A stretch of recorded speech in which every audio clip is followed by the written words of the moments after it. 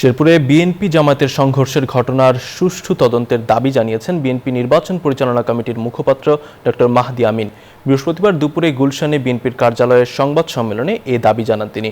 শেরপুরের মতো ঘটনার আর যেন পুনরাবৃত্তি না হয় সেজন্য সব রাজনৈতিক দলকে দায়িত্বশীল ভূমিকা পালনের আহ্বান জানান তিনি। মাহদি আমিন জানান, সবার আগে বাংলাদেশ উইথ তারেক রহমান পডকাস্ট অনুষ্ঠান আজ সন্ধ্যা 7টায় বিএনপির সব অফিসিয়াল ফেসবুক পেজ ও ইউটিউব চ্যানেলে প্রচারিত হবে, যার মাধ্যমে দেশ গড়ার বিস্তারিত পরিকল্পনা তুলে ধরবেন বিএনপি চেয়ারম্যান।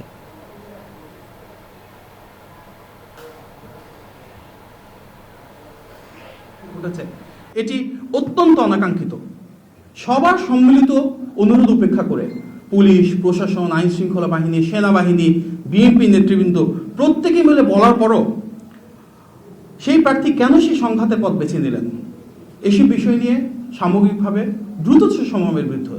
দ্রুততম সময়ের মধ্যে এটা সুষ্ঠু এবং গ্রহণযোগ্য তদন্ত হওয়া অত্যন্ত প্রয়োজন।